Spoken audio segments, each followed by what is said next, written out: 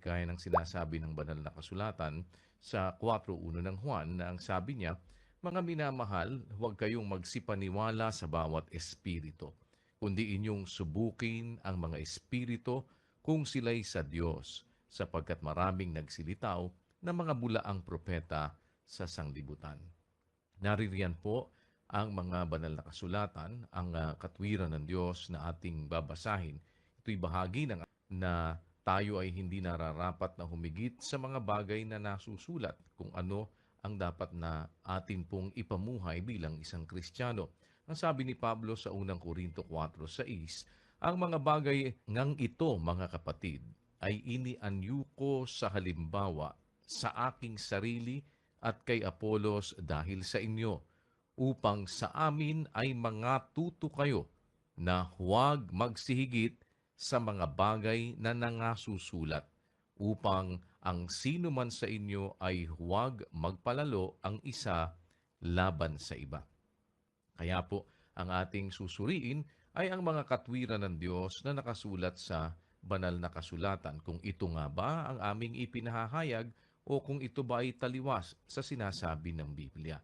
Kaya po, isang bagay na ating maaaring maging pagbabatayan kung iniisip ang wika ni numan na siya'y propeta o ayon sa Espiritu, sabi ng 14:37 ng unang Korinto, kilalanin niya ang mga bagay na sa inyo'y isinusulat ko na pawang utos ng Panginoon.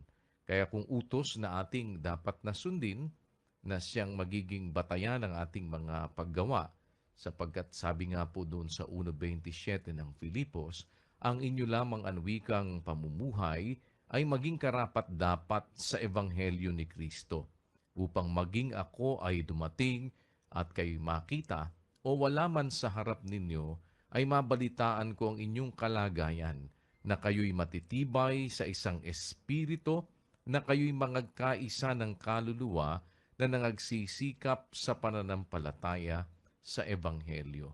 Kaya po ang ating paraan ng pamumuhay kung tayo ay mga Kristiyano ay marapat na nakasang-ayon sa Ebanghelyo ng ating Panginoong Hesukristo. At ito ang ating dapat na maging pananampalataya. Sabi nga sa Roma 10:17, ang pananampalataya ay nanggagaling sa pakikinig at ang pakikinig ay sa pamamagitan ng salita ni Kristo. Kaya po ito ang atin ngayong ipinag-aanyaya sa ating mga kaibigan, mga panauhin, sa lahat ng ating mga kapwa-tao na nagpapaunlak sa atin na tayo po ay mabigyan ng pagkakataon na maibang mapakinggan ninyo ang doktrina ng ating Panginoong Hesukristo at inyong masuri. Ang isang taong binigyan ng kalayaan na pumili ay mayroon pong kaisipan na ibinibigay ang Diyos upang tayo ay magsiyasat, lalo't higit kung nakikita ng Panginoon na sa ating mga puso ay ibig natin pong makapaglingkod sa Kanya at makagawa na kasang-ayon ng Kanyang kalooban. Kaya kami po ay nag-aanyaya, sana samahan po ninyo kami sa kabuuan ng atin pong magiging pag-aaral ng doktrina ng ating Panginoong Hesukristo. Saglit lamang naman po ito. Wala po itong 2 oras na aming ipinag-aanyaya sa inyo. Tama ng ating gampanin ngayong gabi. Ito po ay pag-aaral ng doktrina o aral ng Panginoong Hesus. Yung salitang doktrina po, iyon ay Kastila at sa Tagalog ay aral. Ang sabi sa Biblia, doon sa unang Timoteo, Kapitulo 6, versikulo 3, ganito po ang nakasulat doon. Ang sino mang nagtuturo ng mga hidwang doktrina at hindi sumasang-ayon sa turo ng ating Panginoong Meron Hesukristo. pong nagtuturo, hidwang doktrina. Yung hidwang, ibig sabihin, lisya, mali. Hindi sumasang-ayon sa turo ng ating Panginoong Hesukristo. So, ang atin pong tutuklasin, yung doktrina at turo ng ating Panginoong Hesukristo.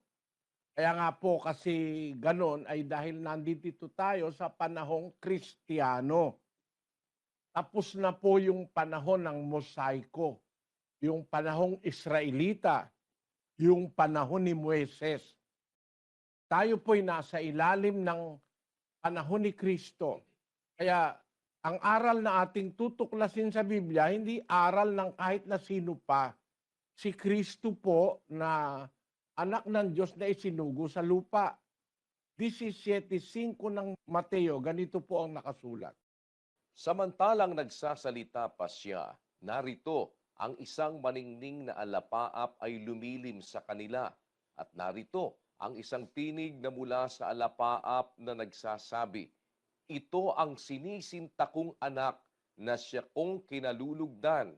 Siya ang inyong pakinggan. Maliwanag po, ang tinig na nanggaling sa langit, narinig ng mga alagad, ito ang sinisinta kong anak na siya kung kinalulugdan, siya ang inyong pakikinggan. Kaya po sa relihiyon, mga kapatid, kung tayo makikinig ng aral, dapat kay Kristo tayo makinig. Ang problema natin sa ating panahon, may nakikinig kung kani-kanino. Ang rekomendasyon ng Ama, napakaliwanag. Ito ang sinisinta kong anak, siya pakikinggan nyo. Yun po ang aming anyaya sa inyo, mga kababayan. Magsuri po muna tayo bago natin desisyonan kung tayo ba'y mananatili sa ating samahan, natin doktrina ni Kristo. Bakit po? Basahin natin ang 4 ng Judas. Ito po ang nakasulat. Sapagkat may ilang taong nagsipasok ng lihim, yaong mga itinalaga ng una pa sa kahatulang ito, mga di banal na pinalitan ng kalibugan ang biyaya ng ating Diyos, na itinatatwa ang ating iisang guro at Panginoong si Hesukristo. Doon po sa komunidad Kristiyano nung una, merong kinikilalang iisang guro at Panginoong si Hesukristo. Hindi ang guro kung sino pa. Ang sabi, iisang guro na siyang ating Panginoong Hesukristo. Kung siya ang iisang guro, siya ang ating pakikinggan pag nagtuturo siya sa atin. Yun po ang punto ko. Kaya ngayon po ang ating pag-aaralan at pakikinggan yung turo ng iisang guro. Huwag tayong pumayag na pag tayo nakinig sa iba, doktrinang hindi kay Kristo, masama po ang kahulugan nun, mga kapatid. 7:7 ng Marcos hanggang 8. Datapwat walang kabuluhan ang pagsamba nila sa akin, na nagtuturo ng kanilang pinakaaral ng mga utos ng mga tao. Ayon, maliwanag ano po. Walang kabuluhan ang pagsamba nila sa akin, sabi ng Panginoon, na nagtuturo ng kanilang pinakaaral ng mga utos ng mga tao. Ano ngayon ang nangyari sa 8? Nilisan ninyo ang utos ng Diyos at inyong pinanghahawakan ang salit-saling sabi ng mga tao. Yan po ang masama niyan na lisanin natin, humiwalay tayo sa utos ng Diyos at ang panghawakan natin yung salit-saling sabi ng mga tao. Kaya nga, sabi ni Kristo, walang kabuluhan ang pagsamba nila sa akin. Sumamba man tayo, mag-abuloy man tayo, bigay man natin lahat ng ating kayamanan. Pero ang ating sinusunod pala, utos ng mga tao, doktrina ng mga tao, walang kabuluhan ang ating ginagawa. Kaya sa relihiyon, mga kababayan, ang relihiyon po, hindi nakukuha yan sa parang paano-ano lang, yung parang reckless tayo. Ang relihiyon, we have to take religion and we have to practice religion as seriously as it must be. Kailangan sa pagre-relihiyon, gawin natin yung pinakamabuting pagsusuri bago tayo magrelihiyon. Marami pong kabaliwan sa ating panahon.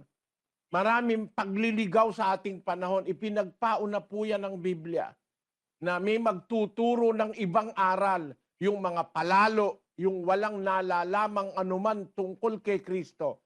Ang ituturo, ibang aral. Doon po tayo dapat mag-ingat. Para wag tayong madaya, umpisahan nating pag-aralan ng aral ng Panginoong Hesukristo. Doon po sa Mateo 28:19, bago po pumanhik sa langit ang Kristo, nagbilin siya doon sa 11 apostol. Matatandaan nyo, 12 po ang apostol. Nagtalo si Judas, nagtraidor. Nung makilala niya yung kanyang kasama, ang ginawa, nagpatiwakal si Judas. Nagpatihulog si Judas na patiwarik. Sumabog ang kanyang tiyan, ayon dun sa aklat ng gawa. 11 sa mga apostol ang natira. Doon sa 11, sinabi ni Kristo, bago po siya umakyat sa langit, ang ganito. Basahin po natin ang 28 ng Mateo 19. Dahil dito, magsiyaon nga kayo at gumawa kayo ng mga alagad sa lahat ng bansa, na sila'y inyong bautismuhan sa pangalan ng Ama at ng Anak at ng Espiritu Santo, na ituro ninyo sa kanila na kanilang ganapin ang lahat ng mga bagay na iniutos ko sa inyo, at narito ako'y sumasa inyong palagi hanggang sa katapusan ng panahon. Ayon. Maliwanag na yung ituturo na sinabi ng Panginoong Jesucristo hanggang sa katapusan na yan ng ating panahon. Ang sabi niya sa 11 apostol, magsiyaon kayo, gumawa kayo ng mga alagad sa lahat ng bansa, na sila'y inyong bautismuhan sa pangalan ng Ama, ng Anak, at ng Espiritu Santo. Pagkatapos, na ituro ninyo sa kanila na kanilang ganapin ang lahat ng mga bagay na iniutos ko sa inyo. Hindi naman pala tayo dapat maligaw, mga kababayan. Bago umakyat sa langit ang Panginoong Hesus, iniwan niya ang bilin sa mga apostol na gumawa ng alagad sa mga bansa. Anong gagawin para makagawa ng alagad? Babautismuhan sa pangalan ng Ama, ng Anak at ng Espiritu Santo. Pagkatapos, ituro ninyo sa kanila na kanilang ganapin lahat ng mga bagay na iniutos ko sa inyo. At narito ako'y sumasa inyong palagi hanggang sa katapusan ng panahon. Dito po tayo ngayon susunod. Gagawa tayo ng alagad. Paano gagawa ng alagad? Babautismuhan, tapos ituturo ang lahat ng mga utos ni Kristo. Yung aral ng Panginoong Jesucristo.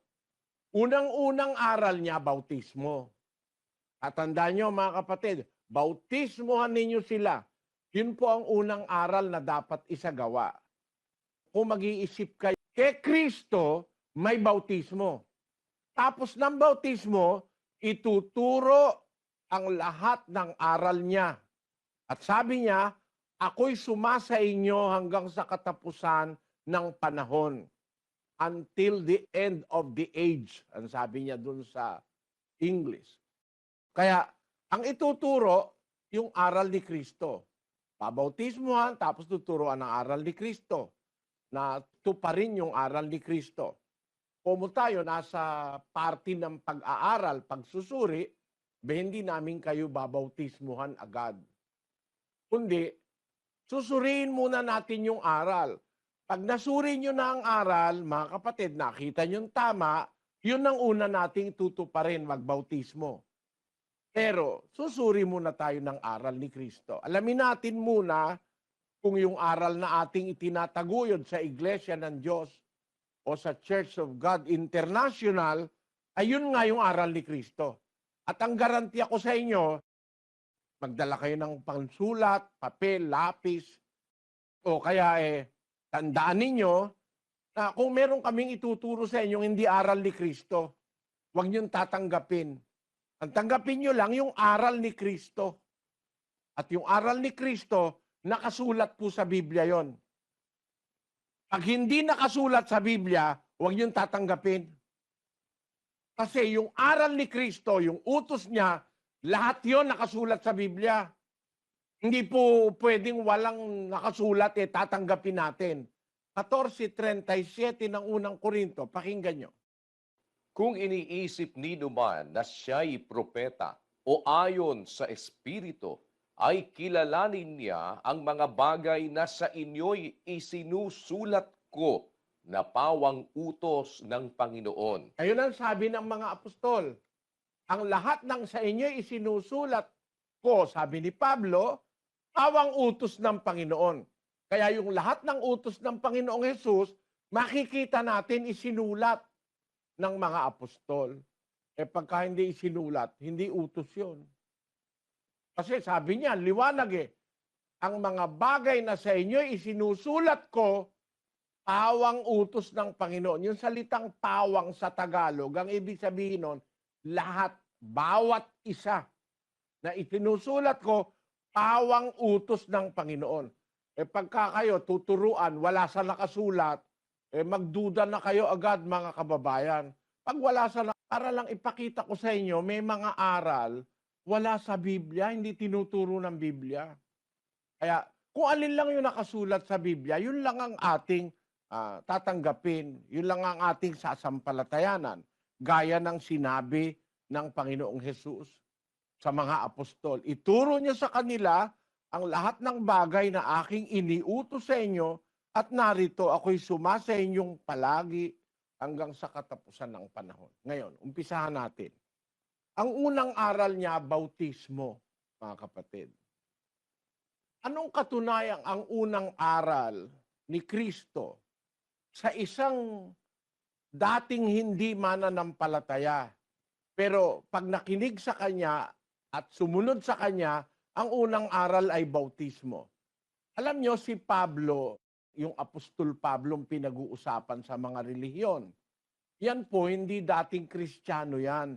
Yan po ay miyembro ng Judaismo, si Apostol Pablo. Basahin natin ang 1:13 ng Galacia. Sapagkat inyong nabalitaan ang aking pamumuhay ng nakaraang panahon sa relihiyon ng mga Hudyo, kung paanong aking inuusig na malabis at nilipol ang iglesia ng Diyos. Nung nasa panahon na siya'y nasa relihiyon ng mga Hudyo, ang ginagawa ni Pablo, inuusig niya yung iglesyang itinayo ni Kristo. Inuusig ko ikang malabis at nililipol ang iglesia ng Diyos. Sabi ni Pablo. Ngayon, mula sa relihiyon ng mga Hudyo, tinawag siya ng Panginoong Hesus. Nung tawagin siya, ang unang-unang sinabi kay Pablo, 22:16 ng Gawa. Pakinggan nyo. At ngayon, bakit ka tumitigil? Magtindig ka, at ikaw ay magbautismo, at hugasan mo ang iyong mga kasalanan na tumatawag sa kaniyang pangalan. Ang unang-unang ipinapasunod po kay Pablo, nung matawag na siya bilang isang kaanib sa iglesia, ang sabi po ni Ananias sa kanya, bakit ka nagtitigil?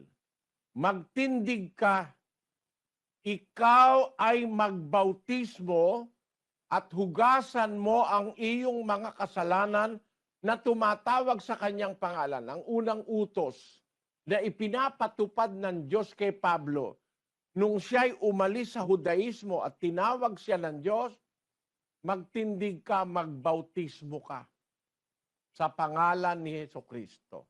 Sabi ng Biblia. Hugasan mo ang iyong mga kasalanan na tumatawag sa kanyang pangalan.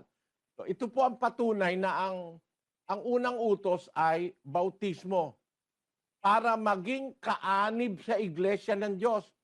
Kasi pagkatapos na mabautismuhan, si Pablo ay naging kaanib sa iglesia ng Diyos. Pakinggan nyo ang 1:2 ng unang Korinto. Si Pablo, na tinawag na maging apostol ni Hesukristo sa pamamagitan ng kalooban ng Diyos, at si Sostenes na ating kapatid, sa iglesia ng Diyos na nasa Korinto, sa makatwid bagay sa mga pinapaging banal kay Kristo Jesus, na tinawag na mga banal, na kasama ng lahat ng mga nagsisitawag sa bawat dako sa pangalan ng ating Panginoong Hesukristo na kanila at ating Panginoon. Ayun, maliwanag po si Pablo, dati nasa relihiyon ng mga Hudyo, nasa Judaismo. Inuusig niya ang iglesia ng Diyos. Kung natatandaan niyo yung Galacia 1:13, aking nilipol at inuusig na malabis ang iglesia ng Diyos. Yung iglesia ng Diyos na ipinangangaral ni Kristo at mga naunang apostol, yung inuusig niyang iglesia, doon siya tinawag. Nung tawagin siya, ang unang sinabi sa kanya, magtindig ka, magbautismo ka, ugasan mo ang iyong kasalanan. Kaya yun ang unang-unang aral na ipinatanggap kay Pablo para siya maging kaanib naman ng iglesia ng Diyos. Kaya nung bandang huli, sabi niya, si Pablo, tinawag na apostol ni Jesucristo, siya may sabi noon, sulat niya ito sa pamamagitan ng kalooban ng Diyos at si Sostenes na ating kapatid sa iglesia ng Diyos. Nagtuturo na ngayon siya sa iglesia ng Diyos. Kaya mula sa Judaismo na inuusig niya ang iglesia ng Diyos, naging kaanib si Pablo sa iglesia ng Diyos na kanyang inuusig. Ang katunayan noon, dun sa Galacia 1:22, basahin po natin. At hindi pa ako nakikilala sa mukha ng mga iglesia ng Judea na pawang kay Kristo, kundi ang kanila lamang naririnig na pinag-uusapan ay yaong umuusig sa atin ng una, ngayoy nangangaral ng pananampalataya na ng ibang panahon ay kanyang sinisira. Ang ganda ng istorya, no? Sabi ng mga unang Kristiyano, yung umuusig sa atin ng una, ngayon ipinangangaral niya ang pananampalataya na sa ibang panahon ay kanyang sinisira.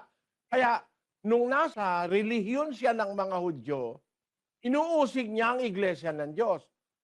Nung tawagin siya ni Kristo, naging kaanib siya dun sa iglesia ng Diyos. Ang usapan ngayon ng mga miyembro sa iglesia dun sa Judea, ang sabi, yun ikang umuusig sa atin ng una. Ngayon nangangaral ng pananampalataya na ng ibang panahon ay kanyang sinisira. Ang liwanag Ang inuusig ni Pablo, iglesia ng Diyos, yung inuusig niyang iglesia ng Diyos, doon siya naani bandang huli. Ayun. Kaya, ang unang-unang ginanap ni Pablong aral ay magpabautismo, mga kapatid. Pero hindi po namin ipapaganap sa inyo ngayon yan. Magsuri muna po kayo kung kailangan ba na magpabautismo kayo o umanib sa iglesia. Kasi yun pong pagbabautismo, yun ang formal na pag-anib sa iglesia sa Biblia. Gaya ni Pablo, na dating miyembro ng Judaismo, umanib sa iglesia ng Diyos, unang-unang ginawa niya magbautismo. Yung kasi ang sabi ni Kristo, gumawa kayo ng alagad sa mga bansa, bautismoan niyo sila, pagkatapos turuan niyo silang ganapin ang lahat ng iniuutos ko sa inyo. Maliwanag na ang bautismo ang pangunahing aral para linisin ang kasalanan ng isang taong kagaya ni Apostol Pablo, na nang una ay nang uusig sa iglesia, nung tawagin ay binautismuhan sa iglesia para maging kaanib sa iglesia. Maaring itanong ng kahit na sino, bakit? Kailangan ba ang pag-anib sa iglesia ng Diyos, mga kapatid? Kailangan ba yon? Basahin natin ang 2:41 ng Gawa. Yaon ngang nagsitanggap ng kaniyang salita ay nangabautismuhan at nangaparagdag sa kanila ng araw na yaon ang may 3,000 kaluluwa. Lahat ng tumatanggap ng aral, ng salita ng Diyos, na ipinangangaral ng mga apostol, binabautismuhan po. Kaya para maging kaanib sa iglesyang totoo, unang-unang ginaganap ay pagbabautismo. At yung mga ngaral ng mga apostol, yung anwikang mga nagsitanggap ng salita, nabautismuhan. Nabautismuhan para ano? 2:46. At araw-araw sila'y nagsisipanatiling matibay sa pagkakaisa sa templo at sa pagpuputol-putol ng tinapay sa bahay-bahay at nagsisikain sila ng kanilang pagkain na may galak at may katapatan ng puso, na nangagpupuri sa Diyos at nangagtatamo ng paglingap ng buong bayan at idinaragdag sa kanila ng Panginoon araw-araw yaong nangaliligtas. Ayon. Yung palang mga nagsisitanggap ng salita, nagpupuri sa Diyos. Idinaragdag sa kanila ng Panginoon araw-araw. Sa ibang salin po, idinaragdag sa iglesia araw-araw yaong nangaliligtas. Basahin natin sa English, kapatid na Daniel. Praising God and having favor with all the people. And the Lord added to the church daily such as should be saved. Ayon. Yung mga tumatanggap ng salita, araw-araw, binabautismuhan yung tumatanggap. Nung isang beses nga, 3,000 kaluluwa ang nabautismuhan at idinaragdag sa kanila o sa iglesia, araw-araw yaong nangaliligtas. Lahat ng tumatanggap ng salita, nagiging karagdagan sa iglesia. Yun po ang nakalagay sa English. The Lord added to the church daily such as should be saved. Kaya, ang formal na pag-anib sa iglesia ng Diyos na totoo, yun po ay dadaan sa bautismo ang isang tao na tatanggap ng salita. Pero bago bautismuhan, dapat munang tumanggap ng salita o ng aral. Kaya hindi namin kayo babautismuhan ngayon, mga kapatid. Pag-uumpisahan natin ngayong pag-aralan ang aral na pagka matatanggap ninyo, ang unang gagampanan ninyo ay bautismo. Yung tunay na bautismo sa Biblia. Pero for the meantime, hindi po yan ang ating gagampanan. Susuriin muna natin yung aral at pag narinig nyo, kung matatanggap nyo, saka magaganap yung kayo ay babautismuhan. Pero kailangan po yung bautismo kasi yun ang formal na pag-anib sa iglesia. Utos po ng Diyos. Kasi yung lahat ng tumatanggap ng salita, idinaragdag sa iglesia. Nagiging karagdagan ng mga kaanib sa iglesia, yung mga tumatanggap ng salita. Paano kayo maaanib? Kung hindi naman namin ipapaliwanag yung salita ng Diyos sa inyo. Pero kailangan munang maipahayag sa inyo ang salita ng Diyos.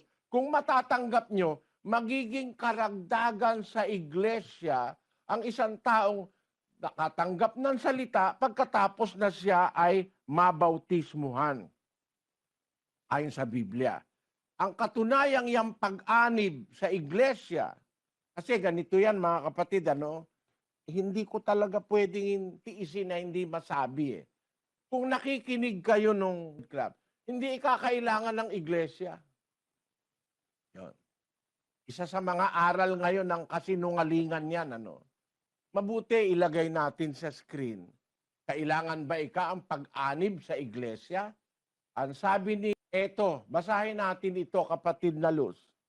Ito po ang sagot ni Parin sa Pilipino ng The Answer 100 Questions Filipino Ask, page 58 to 59. Kailangan ba akong sumapi sa iglesia para maligtas? Para maligtas, kailangang tanggapin si Jesus bilang Panginoon at tagapagligtas. Walang ibang paraan. Ang pagpasok sa iglesia ay hindi makapagliligtas. Hindi pala makapagliligtas ang pagpasok sa iglesia. Bakit si Kristo nagtayo ng iglesia? Hindi ba dapat nag-iisip din tayo, mga kababayan?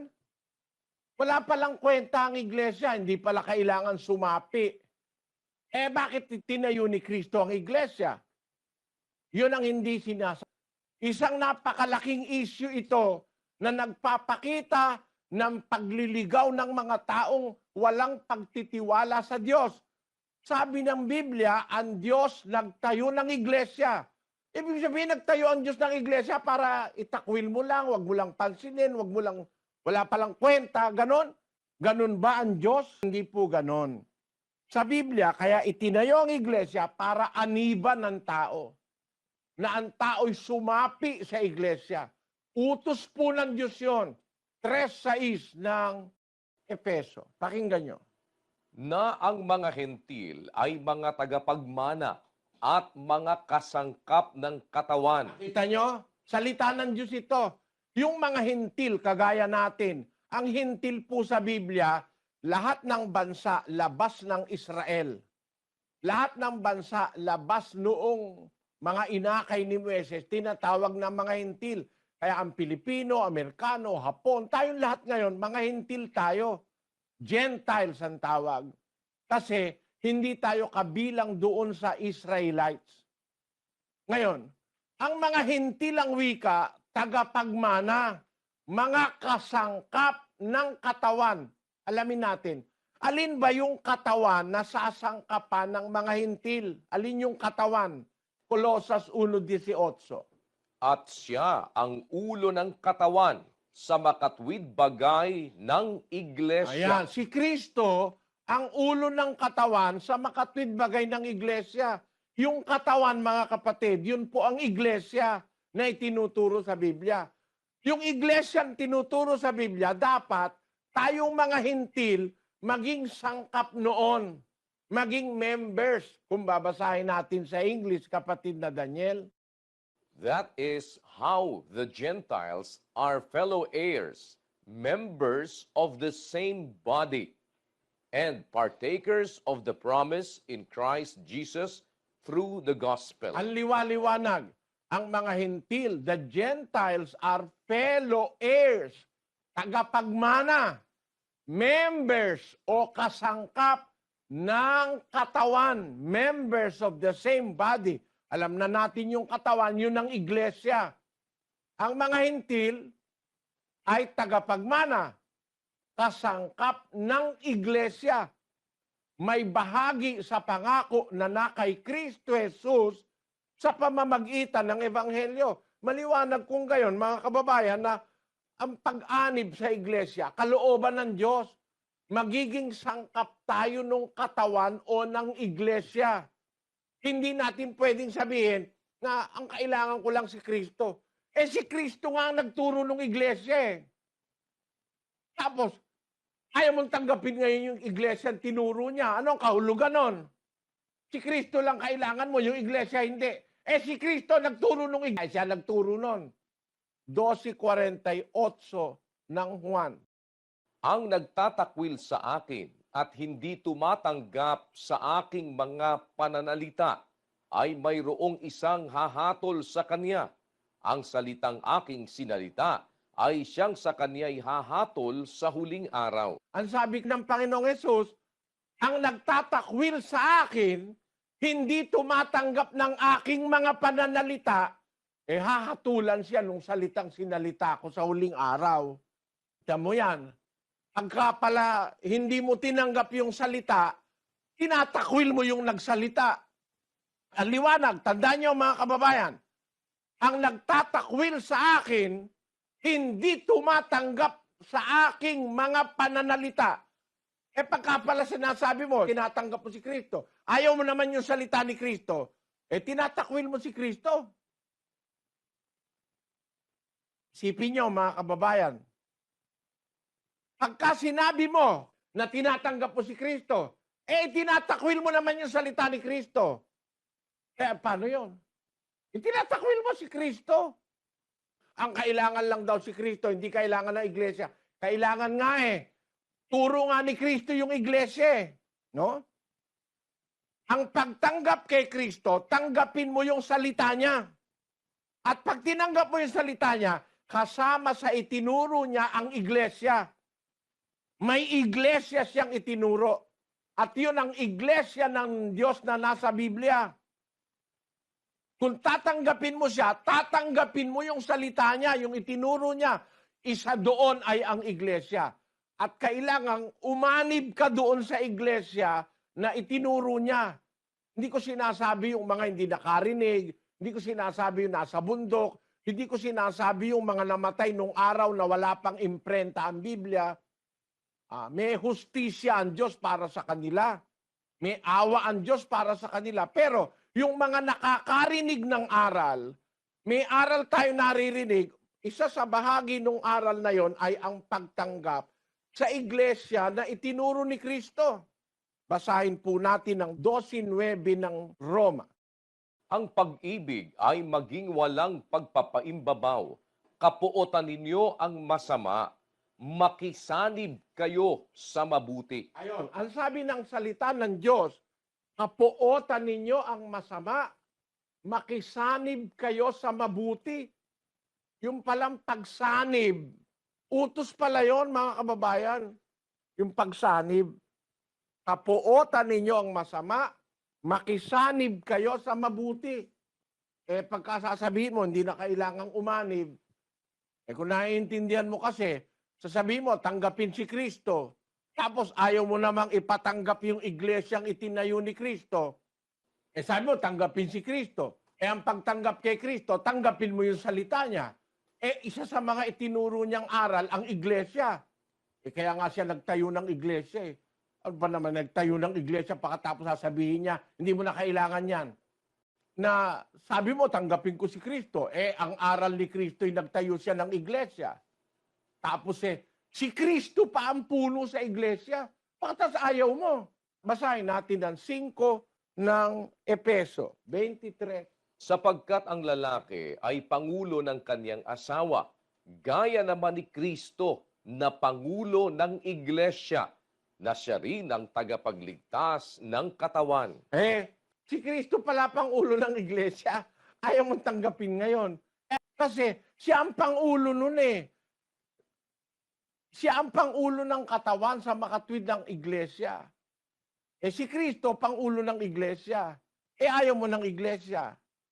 Kaya mga kababayan, sana maintindihan po ninyo ang punto ko na ang iglesia, isang entity o isang institusyong itinatag ng Panginoong Hesus para ang tao umanib.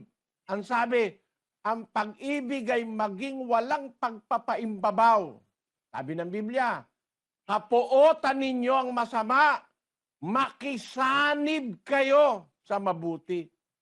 Yung pong pag-anib sa mabuti na itinuro ni Kristo, aral po ng Diyos yun. Kaya utos ng Diyos yung ang mga hintil, tagapagmana, kasangkap ng katawan o ng iglesia. Kasi ang katawan, siya nga yung iglesia. Katawan ni Kristo.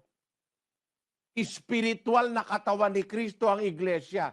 Kaya lahat ng gustong pasakop kay Kristo, dapat, kung alam mo ang aral, paanib ka sa iglesia. Isa po ito sa mga mahahalagang doktrina ng Panginoong Hesus na ang tao pumasok sa iglesia.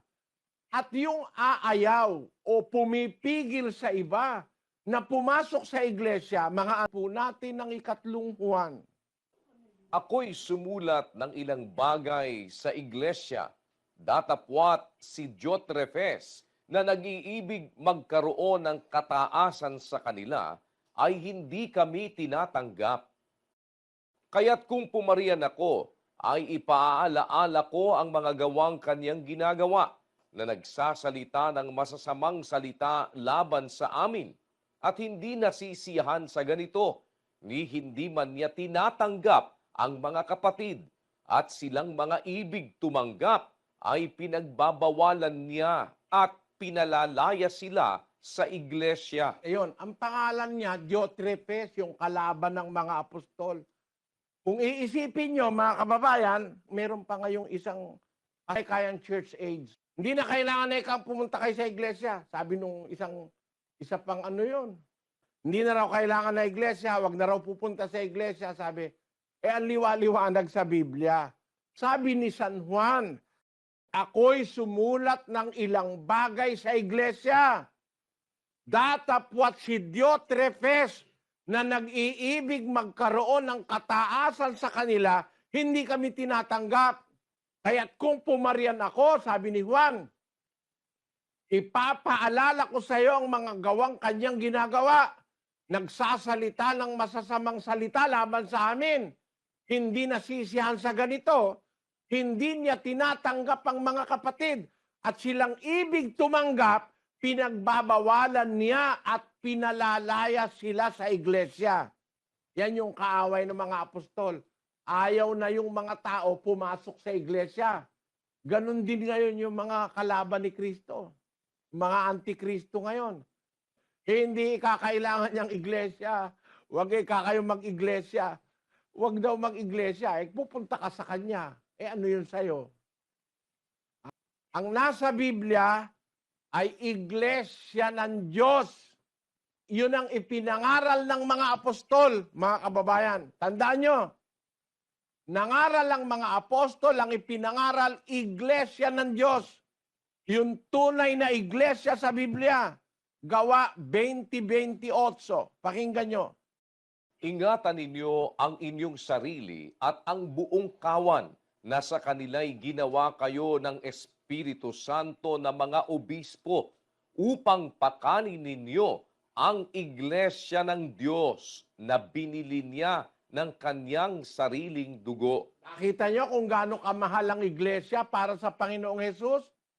Yung iglesia ng Diyos, binili niya ng kanyang sariling dugo. Kaya siya nagsakripisyo, pinatay sa krus dahil sa iglesia. Mahal na mahal ni Kristo ang iglesia. Kaya ang turo ng mga apostol, doon sa 5 ng Epeso, 5:25, kapatid na Daniel. Mga lalaki, ibigin ninyo ang inyo-inyong asawa, gaya naman ni Kristo na umibig sa iglesia at ibinigay ang kanyang sarili dahil sa kanya. Nakita nyo? Mahal ni Kristo, iglesia, patron. Iglesia sa Biblia, walang wakasyon. 3:11 ng Epeso, kapatid na Daniel. Upang ngayon sa pamamagitan ng iglesia ay maipakikilala sa mga pamunuan at sa mga kapangyarihan sa sangkalangitan ang kapuspusan ng sari-saring karunungan ng Diyos ayon sa panukalang walang hanggan na ipinanukala kay Kristo Jesus na Panginoon natin. Ang iglesia pala, mayroong isang gagampanan na panukalang walang hanggan. Paano mo sasabihin ngayon tapos na ang church age? Ang liwanag yan, no? Upang ngayon, sa pamamagitan ng iglesia, maipakilala sa mga pamunuan at sa mga kapangyarihan sa sangkalangitan ang karunungan ng Diyos. It is the church that will be instrumental in revealing the wisdom of God. Ang iglesia, ang kakasangkapanin ng Diyos para maipangaral ang karunungan ng Diyos ayon sa panukalang walang hanggan. Tapos na ang church age. Hindi pa nga tapos ang mundo, ba't tinapos mo ang church age? No? Yun ang mga maling aral. Wala sa Biblia yung aral na yon. Na tapos na raw ang church age. Ganon din ang pamakailan. Hindi na raw kailangan ng iglesia. Maling aral yan, mga kababayan. Ang iglesia po, ang institusyon na itinatag ng Diyos sa pamamagitan ni Kristo para siyang aaniban ng tao para maturuan ng aral ni Kristo. Ang iglesia ang magtuturo ng karunungan ng Diyos ayon sa panukalang walang hanggan. Napakaliwanag naman Ulitin nga natin, lagay mo sa screen, kapatid na Daniel, pakiulit mo, mabasa. Pakibasa nyo, mga kababayan, hindi totoong tapos na ang iglesia o church age. Upang ngayon sa pamamagitan ng iglesia ay maipakikilala sa mga pamunuan at sa mga kapangyarihan sa sangkalangitan ang kapuspusan ng sari-saring karunungan ng Diyos ayon sa panukalang walang hanggan na ipinanukala kay Kristo Jesus na Panginoon natin. Panukalang walang hanggan niyang ang iglesia ay gagamitin ng Diyos para ipakilala ang karunungan ng Diyos. Pinapakita ko lang kasi ito ang paraan ng Diyos sa pag-aaral ng salita ng Diyos. Ikukumpara mo yung tama dun sa sinasabi ng mga mali sa isang talata ng Ecclesiastes 7:27. Narito, ito'y aking nasumpungan, sabi ng mangangaral, na iniaagapay ang isang bagay sa iba upang matagpuan ang kadahilanan. Pag-aagapayanin mo para makita mo kung alin ba yung totoo. Yung isang bagay, iaagapay sa iba. You are going to compare one thing to another in order to discover the existence of that thing. Parang ganito, mga kababayan, ano? Halimbawa, Miss Universe. Talagang pinag-aagapay, pinagtatabi-tabi ang mga kandidata para makita kung sino pinakamaganda. Pinag-aagapay. Ganon din naman ang salita ng Diyos sa Biblia.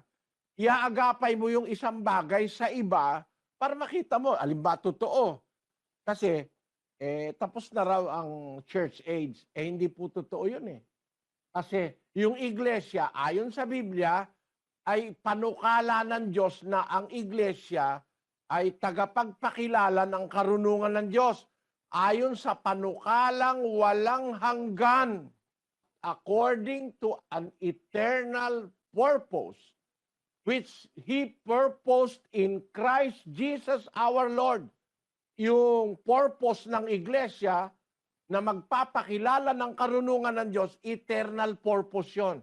Para sabihin ngayon ng sino mang mangangaral na tapos na ang iglesia, hindi na kailangan ng iglesia, ang unang kailangan nating maganap kung tatanggapin natin ang salita ng Diyos na siya nating pag-aaralan sa mga araw na ito.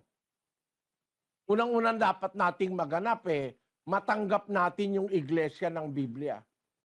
Yung iglesyang itinuro ng ating Panginoong Hesukristo. Yun po unang-una nating dapat na maganap. Ngayon, meron naman tayong masasalubong ngayon ng mga, para sa kanila, ang iglesia, hindi na kailangan.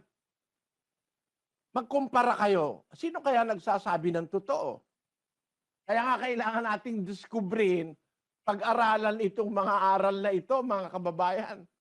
Kaya kami nag-aanyaya sa inyo na tayo ay mag-aral ng doktrina ni Kristo. Kasi nga ngayon nga nagkasamot-samot ng parang magulong-magulo na ngayon. Sa ibabaw ng batong ito, itatayo ko ang aking iglesia. Upon this rock, I will build my church, and the gates of hell shall not prevail against it. Iglesia po ang itinuturo sa Biblia, mga kababayan. Kasangkap ng katawan o ng iglesia. We must be part of that body. We must be members of that same body, which is the church. Aanib tayo doon sa iglesia na sinasabi sa Biblia. Huwag kayong maniniwala na hindi kailangan ng iglesia, hindi kailangan umanib. Kung alam mo rin lang, hindi natin inuobliga yung wala pang naririnig na aral, hindi pa nakakarinig ng ebanghelyo. Kagaya halimbawa, nung panahon ni Kristo, nangangaral siya 2,000 years ago. Yung mga ipugaw naman, gumagawa ng rice terraces. No? Hindi naman narating ni Kristo yung mga ipugaw, kaya walang naanib sa iglesia nung panahon na yon. Pero ngayon, yung aral ni Kristo nakarating na sa ipugaw, kaya meron na tayong mga kapatid na sa ipugaw. No? Sa Mountain Province. Hindi natin inuobliga yung hindi nakakarinig. Pero yung nakakarinig ng aral, dapat maintindihan nila na si Kristo nagtayo ng isang institusyon. Tinawag sa Biblia na Iglesia ng Diyos.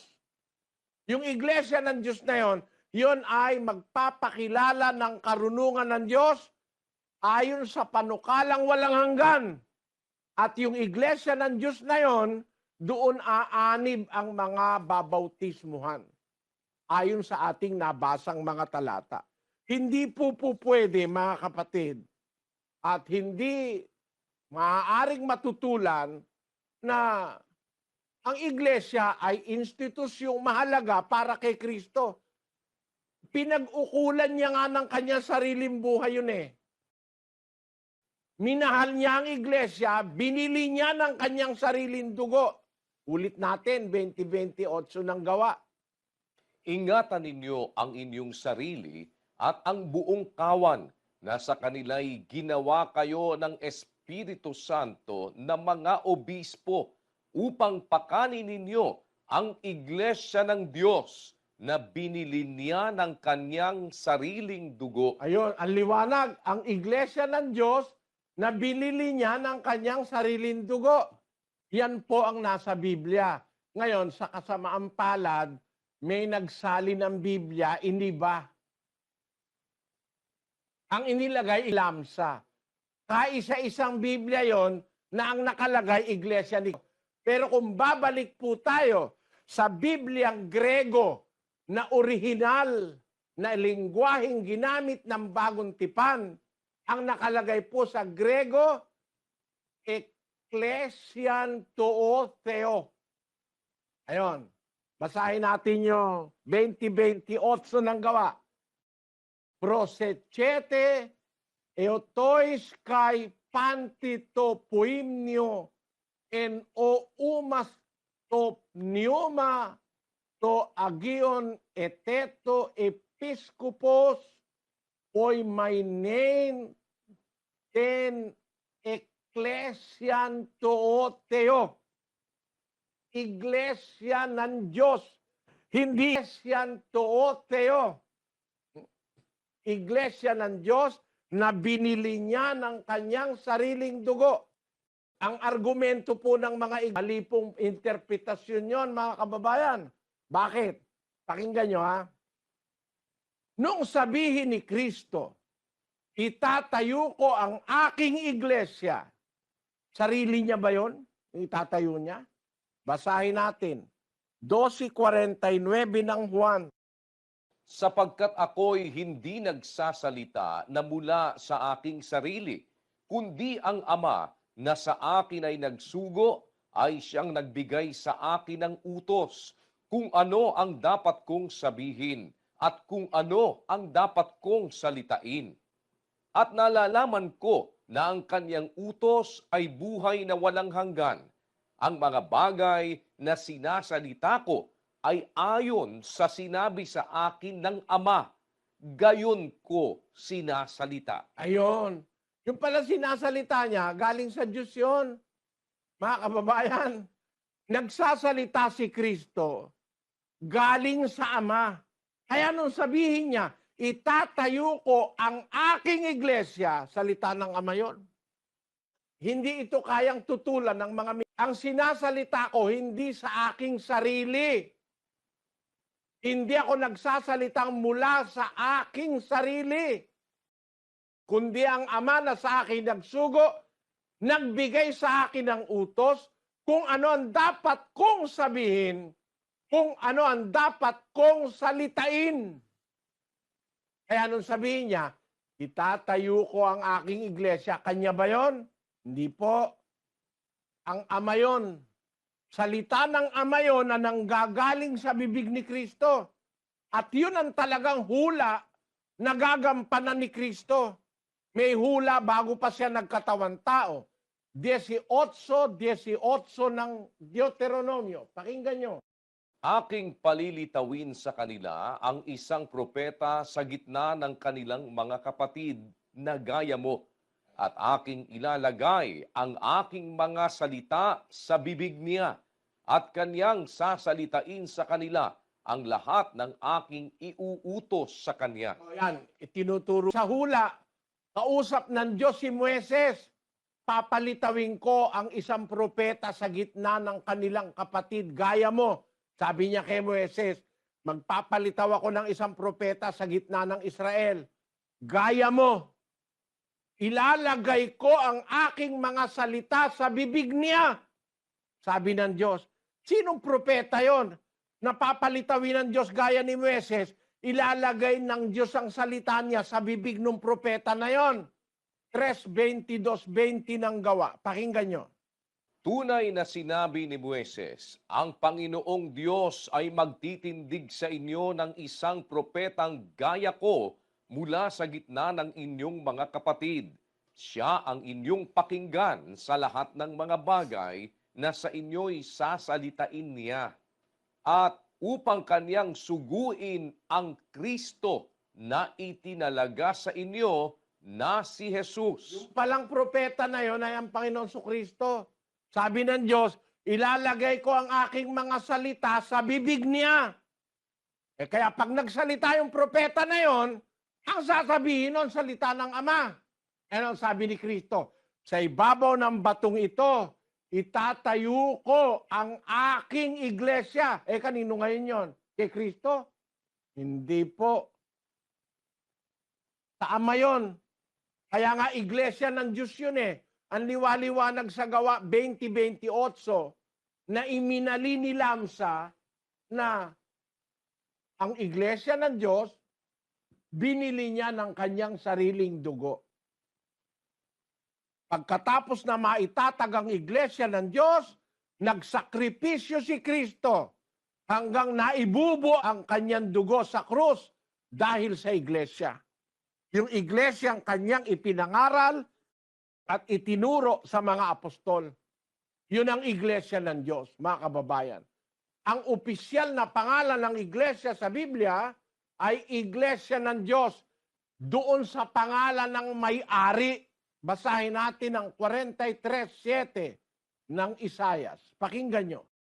Bawat tinatawag sa aking pangalan at yaong aking nilikha ay sa aking kaluwalhatian. Yaong aking inanyuan, oo, yaong aking ginawa.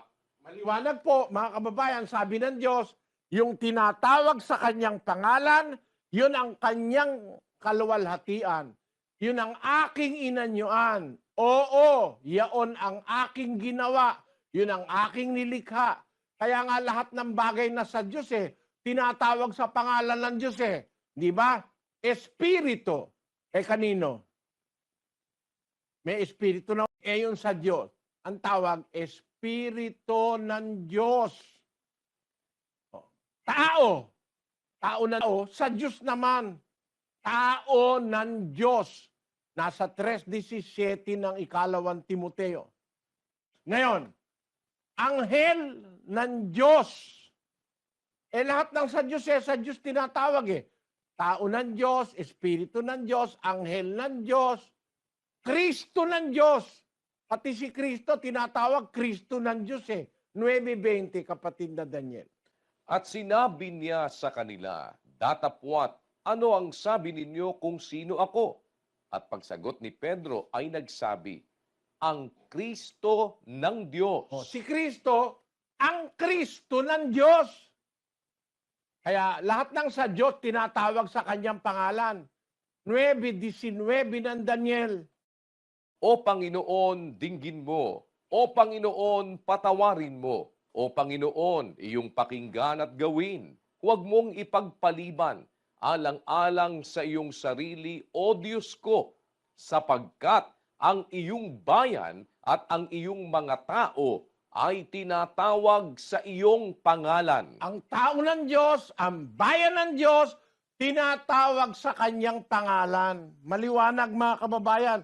Kaya pagdating sa iglesia, iglesia ng Diyos. Natural naman iglesia ng Diyos Tao ng Diyos, anghel ng Diyos, Espiritu ng Diyos, Kristo ng Diyos, iglesia ng Diyos. Pagkatapos iglesia mo iglesia. Ang sa Diyos tinatawag sa pangalan ng Diyos. Ang iglesia mo, kung talagang sa Diyos, ay tinatawag yan sa pangalan ng Diyos. Parang ikaw, alam ba, pangalan mo, Jose. Anak ni Jose, bahay ni Jose, lupa ni Jose, asawa ni Jose, kalabaw ni Jose, kabayo ni Jose, etc. Pagka yung anak ni Jose, tinawag mong anak ni Juan, masama ibig sabihin nasa lisihan si Jose. No? Lahat ng kay Jose, asawa ni Jose, anak ni Jose, bahay ni Jose, bukid ni Jose, kalabaw ni Jose. Bakit naman? Sabi ng Diyos, yung tinatawag sa aking pangalan, yun ang aking nilikha. Sa aking kaluwalhatian, yung aking inanyuan. Oo, yung aking ginawa. Yun ang tinatawag sa kanyang pangalan. Ba't ang iglesia mo tinatawag sa... Tapos basahin nyo lang sa Biblia nyo. Lahat ng binabasa kong sitas, nasa Biblia nyo rin. Bakit kayo? Yun ang kanyang kalooban. 3:14-15 ng Efeso. Pakinggan nyo. Dahil dito ay iniluluhod ko ang aking mga tuhod sa Ama ng ating Panginoong Hesukristo, na sa Kanya'y kumukuha ng pangalan ang bawat sangbahayan sa langit at sa lupa. O, sa Ama ng ating Panginoong Hesukristo, niluluhod ko ang aking tuhod, sabi ni Pablo, sa Ama, sa Diyos, na sa Kanya'y kumukuha ng pangalan ang mga sambahayan sa langit at sa lupa. Ang sambahayan ng Diyos sa lupa ay ang iglesia. Kanino kukuha ng pangalan? Pinapakita ko lang sa inyo yung nasa Biblia na yung sa Diyos, tinatawag yun sa pangalan ng Diyos. Kaya nga nakasulat sa Biblia, miski sa Grego, Ecclesian to Theo.